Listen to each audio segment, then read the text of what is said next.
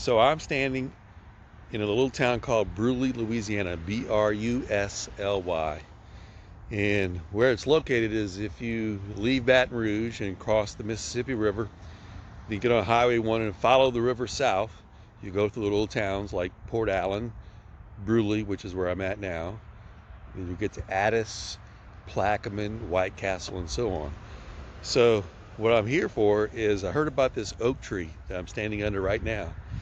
It is this year, this oak tree will turn 376 years old. That's what it's been determined by the arborists. So I want to take a look at this tree.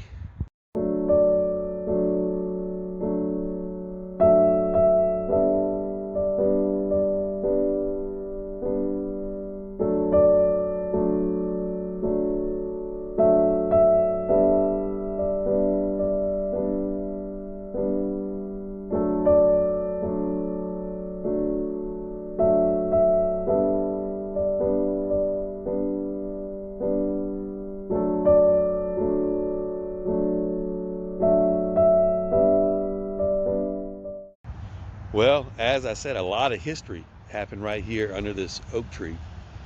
Um, I read that in 1767, Spanish land grants were given, and there were two men, one by the name of Pierre Lebove and the other by the name of Daniel Benoit, and they were both given land grants, and this oak tree was right at the dividing line between their properties. And at that time, this oak tree was already 100 years old. And over the years, this was a gathering spot for people of this town. Uh, I read that a lot of young men learned how to smoke and chew tobacco right here under this tree. That the men would gather here and discuss all the world's problems and come up with solutions. And a lot of families wouldn't let the little girls walk past here because some of the men would use colorful language. And just a lot of things happened right here.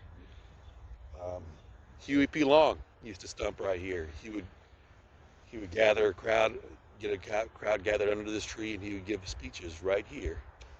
And one of the more interesting things that I read was that during the Civil War, the Union Army passed through this town, and there was a home near here where they went in looking for food. They went into the house, went into the barn, they couldn't find any food.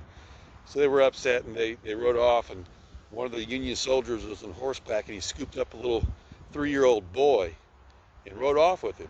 And the boy's mother and one of the workers chased him down the road and met up with him right here under this oak tree.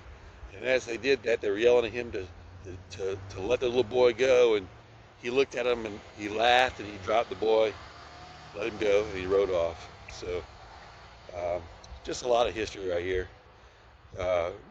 Brusly is divided in half.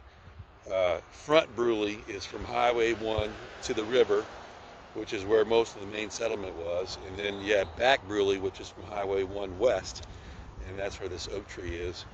And there's a big neighborhood back here, and it's just a really pretty little town.